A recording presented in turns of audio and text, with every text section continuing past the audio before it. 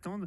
Je vais laisser la parole à Jean-Pierre Gou, qui est donc le fondateur d'un cabinet qui s'appelle Blue Révolution et qui va vous un petit peu faire un peu de nourriture pour l'esprit en vous apportant quelques éclairages sur une thématique essentielle au sujet de ce hackathon, qui est finalement comment on peut continuer à innover à l'heure des limites planétaires. Merci beaucoup. Honoré d'être avec vous ce matin pour cette expérience incroyable que vous allez vivre. Effectivement, ce dont je voudrais vous parler, c'est la manière de faire de l'innovation. Aujourd'hui, en 2023, elle ne peut plus se faire de la même manière qu'il y a 20 ans ou il y a 30 ans parce que l'humanité est à un moment très particulier de son histoire où on a dépassé les limites planétaires. La dernière fois que ça arrivait à une espèce, c'était il y a 2,3 milliards d'années quand les bactéries ont saturé l'atmosphère d'oxygène. Donc c'est un moment très particulier et ça nécessite de changer à la fois les structures, les objets, les services que l'on manipule, mais aussi la façon d'être pour innover et proposer des nouvelles choses dans la nature, parce que c'est ça l'innovation, c'est ajouter quelque chose de nouveau et qui remplace ce qui était ancien. Quelques petits mots sur moi. Moi, je suis très sensibilisé à la cause environnementale depuis tout petit. Mon éveil, il vient quand j'avais 4 ans et mes parents m'ont offert un livre sur les animaux en voie de disparition, les animaux disparus. Et je ne comprenais pas que des espèces puissent quitter à jamais le vaisseau Terre. Et je m'étais toujours dit depuis cet âge-là que je ferais quelque chose pour essayer de réconcilier l'humanité et la biosphère. Donc moi, j'ai fait des études d'ingénieur et après, je me suis spécialisé dans la recherche en mathématiques. Donc j'ai travaillé 4 ans en recherche en mathématiques aux États-Unis, notamment pour le ministère de l'énergie américain. Après, j'ai monté une start-up en France qui s'appelle Artelis avec d'autres personnes qui appliquaient les mathématiques pour aider les entreprises à optimiser leurs ressources. Et puis après, j'ai travaillé 17 ans pour Next, une entreprise qui gérait tous les flux d'énergie en Europe. Et à la fin, j'en ai été directeur général jusqu'à il y a 3 ans. Et puis en parallèle, j'avais une activité plus de prospective que j'ai matérialisée par 2 romans qui s'appellent Siècle bleu et qui racontent l'histoire d'une transformation écologique du monde qui fonctionne. Et je suis aussi engagé dans différentes ONG. Je suis président d'un institut qui s'appelle l'Institut des futurs souhaitables, qui est un institut de prospective. Et j'ai monté une autre ONG qui s'appelle One Home pour faire vivre l'émerveillement qu'ont ressenti les astronautes en voyant la Terre depuis l'espace. Et puis voilà, j'ai mon cabinet de conseil et je travaille aussi sur un film. Mais en tout cas, voilà, je suis toujours animé par une espèce d'urgence d'amener quelque chose de nouveau au monde et je vais essayer de vous partager quelques petites idées que j'ai glanées au cours de ces 25 ans de carrière et qui pourront vous aider peut-être dans votre carrière, mais surtout sur ce magnifique hackathon que vous allez vivre dans les 2 prochains jours. Alors, en 25 ans, les problèmes ne se sont pas améliorés par rapport à mon enfance. Aujourd'hui, c'est plus des forêts à l'autre bout du monde qui sont dévastées. Ça arrive chez nous. Là, vous avez une forêt en Gironde qui a brûlé l'année dernière. Vous avez entendu parler de ces feux incroyables. Et ces feux, ils sont la manifestation d'un réchauffement climatique. Et comme l'a dit votre directeur, on a un peu tardé à prendre des mesures. Donc aujourd'hui, on est obligé de réduire dans l'urgence. Et vous avez la France qui a annoncé, là, il y a quelques jours, un plan de décarbonation de la France qui est peut-être pas suffisant, mais qui est déjà quand même un premier pas pour aller dans cette direction. Et décarboner les services et les produits que l'on utilise, c'est déjà un grand challenge parce qu'ils n'ont pas été conçus de cette manière-là. Mais en fait, il faut aller plus loin, c'est-à-dire qu'il n'y a pas que le carbone à intégrer dans les nouvelles contraintes. Vous avez toutes les limites planétaires. Il y a un institut à Stockholm qui a déterminé 9 limites planétaires, c'est-à-dire 9 processus de fonctionnement de la biosphère que les humains ont dépassés. La biosphère, elle vivait sa petite vie tranquille sans nous, et avec l'humanité à 8 milliards et avec le mode de vie que l'on a perturbé donc le climat, mais aussi la biodiversité, l'acidification des océans, les flux d'azote et de nitrates. On relâche aussi des polluants. Il y a des choses sur l'eau, l'utilisation des sols. Et donc, quand vous allez être amené à concevoir là pendant 2 jours quelque chose, essayez de le faire de façon décarbonée, mais aussi en conscience avec toutes ces limites planétaires, parce que les objets qu'on rajoute sur la Terre devront satisfaire ces limites planétaires. Et je vais vous dire qu'est-ce que ça veut dire pour l'innovation de prendre ça en compte. Donc, si on résume la situation de l'humanité, il faut à peu près changer tout et partout. C'est un défi qu'on n'a jamais eu dans l'histoire de l'humanité, mais c'est aussi une grande opportunité pour les gens qui vont arriver sur le marché du travail, parce que moi, à mon époque, il fallait surtout ne rien changer, améliorer un petit peu les choses, mais là, maintenant, vous allez être invité à participer à ça, donc c'est un grand mouvement de créativité. On peut le voir comme un grand mouvement de stress, moi, je le vois comme une grande opportunité et un moment où les humains vont devoir apporter ce qu'ils ont de meilleur en eux-mêmes. Alors évidemment, il ne faut pas tout réinventer, il y a des choses choses dont il faut apprendre à se passer. Et les entreprises devront faire des choix et les consommateurs aussi. Mais il resteront des choses qui sont essentielles et c'est celles-là qu'il faudra réinventer. L'innovation, qui est donc un processus qui consiste à mettre au monde des choses nouvelles, pendant longtemps, il était, je dirais, au service de la performance économique des entreprises.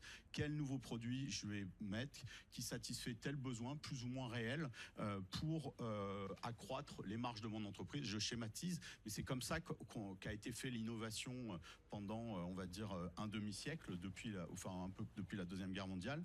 Et cette façon de faire l'innovation, à l'heure des limites planétaires, on ne peut plus le faire de la même manière. Comme je vous ai dit, on doit tout réinventer partout.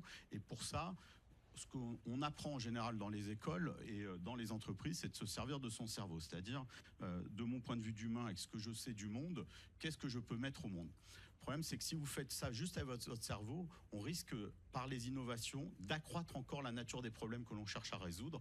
Et ce que je vais vous montrer dans cette présentation, c'est qu'on a un autre organe qu'on utilise très peu, qui est le cœur, quoi. Et le cœur, c'est l'organe de la compassion. Il va falloir beaucoup de compassion pour innover au titre d'humains que l'on ne connaît pas à l'autre bout du monde qui souffrent, au titre de générations futures qui ne sont pas encore là, mais qu'on doit représenter, et au titre d'espèces qui ne sont pas les nôtres, quoi. Donc c'est l'organe de la compassion, mais c'est aussi l'organe de la résonance et de l'intuition. Et souvent, on dit que le cœur sait, et le cœur connaît des voies que le cerveau ne connaît pas. Le cœur est le premier organe qui se crée dans l'embryogénèse. Et ce que je vais vous montrer, c'est comment, en associant le cœur et l'esprit, on peut arriver à des innovations qui sont justement en lien avec ces limites planétaires et le fonctionnement de la biosphère. Alors, les entreprises ont une grosse part de responsabilité dans cette transformation, puisque la plupart des biens et services que les humains consomment sont inventés et gérés par des entreprises. Alors, les entreprises, comme je vous disais, jusqu'à il y a quelques années, elles étaient, je schématise, mais pour beaucoup, au service de leurs actionnaires et d'une forme de prospérité. Depuis quelques années, et en France, par notamment l'introduction de la loi Pacte, on voit des entreprises à mission se créer. Donc, les entreprises créent une mission avec des parties prenantes étendues, donc les collaborateurs, le territoire, la société, la nature. Donc ça, c'est vraiment quelque chose de très nouveau comme mouvement. Mais quand vous regardez ces entreprises à mission, la plupart des missions des entreprises à mission, ce sont des missions qui, en gros, consistent à faire la même chose, mais un peu mieux. Et il faudrait que ces missions intègrent une forme de radicalité, parce que dans ce que l'on va devoir transformer, il y a des choses qui n'existent pas. Donc il faudrait inventer un nouveau statut. Moi, j'appelle ça les entreprises à mission impossible. Quoi.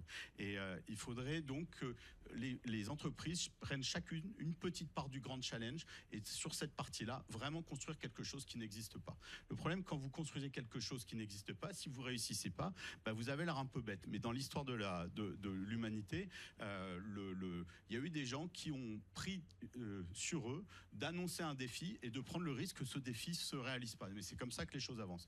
La plus grande déclaration de ce type, où quelqu'un s'est lancé dans le vide, c'est quand vous avez Kennedy en 1962 qui a lancé à l'Amérique le défi d'amener 2 humains sur la Lune et de les ramener sains et saufs, à une époque où ni les fusées, ni les systèmes informatiques, ni les architectures de collaboration existaient pour réaliser ce défi. Et il a écrit un discours que vous pouvez écouter sur Internet, qui dure 17 minutes, que je vous recommande parce qu'il est vraiment magnifique. Et ce discours, il est considéré comme le plus inspirant de l'histoire de l'humanité. Il a été analysé par de nombreux chercheurs. Ici, un article de psychologue, et ici, un livre qui a été consacré à ça, qui s'appelle Moonshot, c'est-à-dire viser la Lune. Et quand vous regardez ce discours-là, il donne un grand rêve, quoi. Et cette vision, elle a motivé tous les ingénieurs et puis toutes les parties prenantes qui ont travaillé sur le programme Apollo. Et ce grand rêve, après, il a reconnu qu'il était difficile, parce que si vous dites aux gens, il y a un grand rêve, mais c'est facile, les gens vont être découragés pour pas y arriver. Et il a remercié à l'avance toutes les équipes qui auraient à réinventer les systèmes informatiques, réinventer les fuels pour ces fusées et construire toutes ces infrastructures. Et donc, après ce discours-là, les gens se sont mis au travail, et pour quelque chose où il n'y avait aucune pièce, on venait juste d'envoyer Gagarine dans l'espace, et lui voulait aller bien plus loin que l'orbite terrestre, qui était à quelques centaines de kilomètres autour, pour aller à 380 000 kilomètres, et de le faire en 8 ans, c'était quelque chose d'absolument incroyable. Ils l'ont même fait en 7 ans. Et je vous recommande, enfin pas pour aujourd'hui, mais de lire ces articles sur ça. Je vous enverrai la présentation, parce qu'il y a quelque chose de l'ordre de comment on motive les gens pour des défis impossibles. Une fois que vous avez créé une vision qui est inspirante et qu'elle est formulée, que le rêve est formulé, vous créez la potentialité pour construire des chemins entre le présent et le futur. Si vous n'exprimez pas quelle pourrait être cette vision du futur que vous désirez, et ben en fait les chemins ne se créent pas. Et donc si c'est juste à partir de l'existant qu'on améliore, on ne peut pas créer un futur qui est complètement différent. Alors que si vous pensez à un futur qui est complètement différent, ça peut inspirer les gens du présent à construire ces chemins. Et ça, c'est une grosse partie des choses que nous faisons à l'Institut des futurs souhaitables, c'est de libérer l'avenir pour inspirer le présent.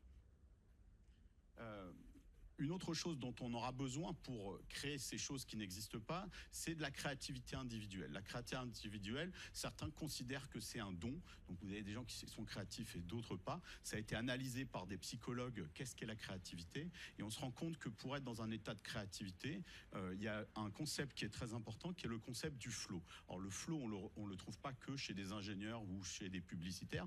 On le trouve aussi chez des jazzman ou chez des sportifs, où les gens rentrent dans un état en fait quasiment de transe où parce qu'ils ont les compétences et parce qu'ils sont motivés par le défi qu'ils sont capables de produire des choses extraordinaires. Et l'état de flow, il s'analyse selon deux axes d'une matrice. En gros, vous avez le niveau de compétence et ici le niveau de défi. Si vous mettez quelqu'un qui est très compétent avec un défi très complexe, il peut arriver dans cet état de flow. Par contre, si vous avez quelqu'un de très compétent à qui vous donnez un défi tout petit, ben pour lui, c'est presque de la relaxation. Si vous avez quelqu'un qui n'a pas de compétences et avec un défi qui est très bas, c'est de l'apathie. Et aujourd'hui, on est souvent là dans la société humaine. Et par contre, si vous ne donnez pas la compétence à quelqu'un et que vous lui donnez un défi impossible, vous produisez de l'anxiété. Donc, c'est toujours donner à vos collaborateurs la capacité à produire de la compétence et un défi qui est graduellement plus élevé, de manière à les amener à livrer le maximum d'eux-mêmes. Une fois que vous avez je dirais ces compétences, vous pouvez vous lancer dans l'inconnu, de la même manière que Kennedy s'était lancé dans l'inconnu. Et moi, j'aime bien cette image de Indiana Jones dans La Dernière Croisade, où il doit traverser un précipice et on lui dit, fais confiance. Mais il ne sait pas. Et en fait, le chemin se déroule au fur et à mesure qu'il avance. Et quand vous faites de la recherche, comme moi j'ai fait de la recherche en maths, c'était vraiment ça. C'est-à-dire que vous explorez des sentiers sur lesquels personne d'autre avant vous a été. Donc au début, ça peut être stressant. Puis après, il y a une espèce de confiance. Et c'est le résultat qui vous attire vers lui et la confiance que vous avez dans ce résultat. Et le climat de confiance que vous créez aussi dans votre équipe pour atteindre ce résultat. Je vais vous livrer un secret qui est du plus grand mathématicien du 21e siècle, qui était du 20e siècle, l'homme le plus créatif que je connaisse, qui s'appelle Alexandre Grothendieck. Et dans un livre qui s'appelle Un mathématicien de génie, qui a été publié par Gallimard l'année dernière, il donne son secret de la créativité. Il dit: la découverte est du privilège d'un enfant. C'est du petit enfant que je veux parler, qui n'a pas peur encore de se tromper, d'avoir l'air idiot, de ne pas faire sérieux, de ne pas faire comme tout le monde. Ce qui fait la qualité de l'inventivité et de l'imagination du chercheur, c'est la qualité de son attention à l'écoute de la voix des choses. Car les choses de l'univers ne se lassent jamais de parler d'elles-mêmes et de se révéler à celui qui se soucie d'entendre. Et donc c'est très intéressant parce que la plupart du temps, quand on voit des génies, on se dit que ce sont des gens qui ont un cerveau extraordinaire. Alors que la plupart des génies, ils écoutent et ils admettent que les idées ne viennent pas d'eux. Les idées viennent de quelque part. Et Grothendieck, plutôt que de se dire qu'est-ce que je pense de ça, il se disait qu'est-ce que le monde dit de ça, et il écoutait le monde. Et si vous voulez créer en lien avec la planète et les limites planétaires, il faut faire la même chose et écouter le monde. Et par exemple, ça peut vous servir à résoudre des grands défis. Aujourd'hui, un des problèmes que l'on voit de notre société, c'est la pollution. On produit beaucoup de déchets plastiques ou de déchets électroniques. Et on se dit, mais c'est impossible de trouver une façon de faire qui ne produit pas de déchets. Pourtant, il y a un exemple qui est sous nos yeux, c'est la biosphère. La biosphère, c'est la réunion de 9 millions d'espèces qui coopèrent. La biosphère, elle existe depuis 3,8 milliards d'années et elle n'accumule pas des déchets, puisque sinon cette Terre serait une immense poubelle. Et tous les déchets sont les ressources d'une autre espèce. Alors là, vous me direz, oui, mais la nature, elle n'est pas high-tech. C'est faux. La nature est très high-tech. Regardez, votre œil humain, il est plus perfectionné que n'importe lequel des iPhones, et le jour où vous mourrez, il retournera à la Terre en petites particules. C'est juste que notre technologie, elle est, c'est pas qu'elle est pas bonne, c'est qu'on l'a pas pensée pour qu'elle retourne à la Terre après. Et le corps humain, vous prenez une main humaine, c'est plus compliqué que n'importe lequel des robots. la moindre cellule, c'est plus compliqué que la plus complexe des usines SpaceX. Donc en fait, on est dans un moment où ce qu'on a regardé comme étant des choses has-been, le vivant, en fait, on se rend compte que le vivant est bien plus intelligent que nous. Et quand je vous disais que Grothendieck, écouter les voix des choses, écouter le monde, il faut apprendre à écouter cette biosphère, non pas pour l'analyser, mais de l'utiliser comme un maître. C'était Léonard de Vinci lui-même qui disait la nature est un maître, c'est dans la nature qu'est notre futur. Et lui, il écoutait la nature et c'est de là que lui venaient ses intuitions pour inventer ces machines incroyables ou pour faire ses peintures. Il se laissait inspirer par la nature. Alors il y a un mouvement dont vous pouvez vous inspirer pendant ces 2 jours qui est très intéressant, qui est le mouvement du biomimétisme. C'est un mouvement qu'on prône, nous, au sein de l'Institut des futurs souhaitables, qui est de regarder les défis technologiques qu'a regardé la nature, qu'a résolu la nature, pour voir comment nous, on pourrait résoudre les nôtres. Par exemple, prenez le martin pêcheur. C'est un oiseau, quand il plonge dans une rivière, il ne fait aucune bulle, aucune onde de choc, et ce qui lui permet d'attraper des poissons sans que ces poissons soient alertés. Et en fait, ça vient de la forme très aérodynamique de son bec. Et la forme de son bec, elle a été utilisée au Japon pour faire le profil de Shinkansen, qui est ce train à haute vitesse, qui est leur TGV. Et en fait, un des problèmes qu'ils avaient, c'est que quand vous avez un train à très haute vitesse qui passe à travers un tunnel, ça fait une onde de choc comme si vous passiez d'un milieu à un autre, et le train pourrait exploser. Mais en lui mettant la même forme que le bec du martin pêcheur, vous arrivez à annuler les ondes de choc. Donc la nature est capable de résoudre des problèmes d'ingénierie que nous, on n'aurait même pas imaginé poser comme ça. Mais ça va bien plus loin. Si vous prenez par exemple le gecko, qui est donc ce lézard qui a une capacité à grimper sur n'importe quelle surface, notamment du verre, alors que nous, on ne sait pas faire des choses qui adhèrent facilement au verre, et ben, le gecko, on a analysé en fait la structure de ses pattes, on a vu des choses ondulantes, et puis quand on a eu des microscopes électroniques, on est descendu jusqu'à l'échelle nanométrique, et on s'est rendu que la façon d'adhérer à des surfaces chez le gecko était non pas liée à des forces de friction, mais aux forces de Van der Waals, qui sont en fait ce qu'on appelle la force faible dans les 4 forces fondamentales de l'univers. C'est une force qui s'exerce qu'à des dimensions nanométriques. Nous, on n'a aucune technologie humaine qui utilise ça, et le gecko utilise ça allègrement pour faire ça. Donc la nature innove à des échelles et à des niveaux de sophistication incroyables. Si vous prenez la photosynthèse, ça repose sur des processus quantiques qu'on n'est toujours pas capable de répliquer. Alors justement, tout le mouvement du biomimétique, c'est de se dire, en fait, la nature, c'est 3,8 milliards d'années de recherche et développement. Donc, au lieu de la détruire, inspirons-nous de cette nature et voyons ce qu'on pourrait apprendre d'elle pour faire des technologies qui soient vraiment durables. Et vous avez par exemple des innovations où on va utiliser des bactéries pour digérer des plastiques, s'inspirer aussi par exemple des diatomées qui sont des organismes qu'on trouve dans les profondeurs des océans pour créer du verre à basse température sans chauffer, ou des panneaux photovoltaïques qui soient complètement biodégradables. Donc inspirez-vous de la nature, si ça vous trouverez des solutions incroyables pendant ces 2 jours. La pluridisciplinarité, vos dirigeants en ont parlé, et ça c'est vraiment fondamental parce que les innovations seront à la croisée des domaines, et notamment d'un domaine qui est souvent oublié après le lycée, qui est la biologie. On ne pourra pas coopérer avec le vivant si on n'intègre pas de la biologie dans la manière d'aborder les choses. Dernière chose, le génie collectif, parce que le génie individuel c'est bien, mais vous travaillerez toujours en équipe, et c'est très bien que vous soyez par équipe de 8. Alors le génie collectif, vous pourrez vous regarder tout ce qui est de management dans le sport, dans les équipes, pour amener les équipes à un état de flow collectif. Il y a des techniques de management pour gérer des grands ensembles. Par exemple, le programme Apollo, on ne le sait pas, mais c'est le plus gros projet de l'histoire humaine. Il y a 400 000 personnes qui ont travaillé sur le programme Apollo. Mais moi, ce que je voudrais vous donner comme derniers éléments, c'est comment on innove, c'est-à-dire comment on crée des nouvelles idées à plusieurs. Et pour ça, vous pouvez vous inspirer, si certains d'entre vous ont déjà joué à des escape games. Dans les escape games, ce qui est très important, c'est de dire ce qui nous passe par la tête, sans filtre, mais surtout de le dire. Parce que parfois, la petite chose que vous allez voir sur le mur, c'est ça qui va vous donner la clé quand vous la croisez avec une information d'un autre. Donc, il faut verbaliser. Donc, vous allez être dans des équipes, je crois, de 8. Donc, verbalisez tout ce qui vous passe par la tête, notez-le. Ne tuez pas les idées au départ, parce qu'en fait, peut-être ces idées feront partie de la solution du service que vous allez proposer. Donc voilà, inspirez-vous des escape games. Et puis aussi des méthodes de créativité de l'entreprise qui est considérée comme la plus innovante au monde, qui est Pixar. Alors Pixar a révolutionné le dessin animé en faisant les premiers dessins animés numériques. Et en faisant des dessins animés numériques, ils avaient la possibilité comme tout est paramétré, si par exemple au milieu de la conception ils se disent ah ben ça serait mieux que l'héroïne ait des cheveux noirs plutôt que des cheveux blonds, en 2 clics, ils peuvent changer ça dans toute l'histoire. Puis si finalement ils voient que le décor, ça serait mieux avec un château plutôt que d'avoir un océan, ils peuvent aussi le changer. Donc ils ont des histoires qui sont complètement paramétriques. Et quand Disney, avant Pixar, créait des dessins animés, tout reposait sur la qualité du scénario initial et puis après les gens le dessinaient.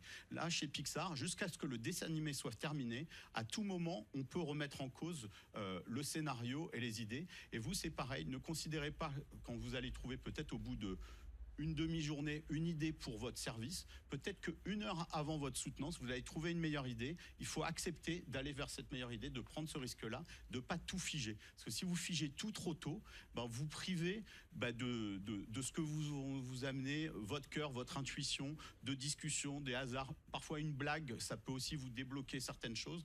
Donc, essayez de garder un système qui est flexible.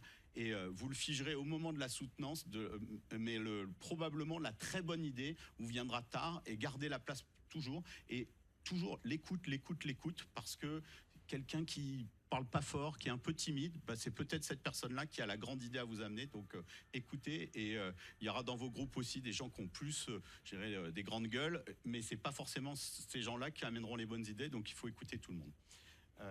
Pour terminer, je voudrais vous partager un secret, parce que justement quand je me disais il y a tout à transformer, comment on va s'y prendre en fait, parce que tout le monde n'est pas créatif, tout le monde n'a pas accès à des méthodologies de créativité de ces choses-là, et comment la nature a-t-elle fait pour créer un ensemble aussi harmonieux, sans ingénieur, sans manager, sans chose. Et je regardais le film qui avait eu le César là, du meilleur film documentaire il y a 2 ans, qui s'appelle La Panthère des Neiges, et je voyais l'élégance de cette panthère quand elle marchait dans la neige.